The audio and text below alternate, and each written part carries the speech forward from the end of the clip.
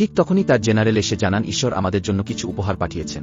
এই খুশিতে তারা তৎক্ষণাৎ বাথটবের কাছে চলে যান। সবার আগে ডাক্তার জেনিকে একটি মেডিকেল বই দেন। বইটা দেখে তিনি খুবই অভিভূত হন। তারপর জেনারেলকে একটা ডাম্বেলস দেন, যেটা পেয়ে সে দারুণ খুশি হয়ে যায়। একজন সৈন্য পান একটি ম্যাসাজ মেশিন, যেটা দেখে সেও খুব আনন্দিত হয়। কিন্তু এখনও পর্যন্ত রাজকুমার কিম ওয়ানের জন্য কিছুই আসে না। তিনি বেশ হতাশ হয়ে পড়েন এবং ভাবতে থাকে এলিচা এখনও পর্যন্ত আমার জন্য কিছুই পাঠায়নি। রাজকুমার তখন পেইন্টিংটার দিকে তাকিয়ে সেটা স্পর্শ করছিলেন মনমরা হয়ে। ঠিক তখনই জেনারেল এসে বলেন, রাজকুমার এখনও পর্যন্ত যদি ঈশ্বর আপনাকে কিছু না পাঠায় তাহলে আপনি ঈশ্বরকে একটা চিঠি পাঠান। এই কথায় রাজকুমার একটু বিরক্ত হয়ে বলে, তুমি এসব বাজে কথা বলছো কেন? তখন আমাদের দেখানো হয় একটি সাদা রঙের যতীন ফুল। ফুলটা দেখে জেনারেল বলে, আপনি কি এই ফুল ঈশ্বরকে উপহার দিতে চান? রাজকুমার বলে, হ্যাঁ, আমি এই ফুলটাই দেব।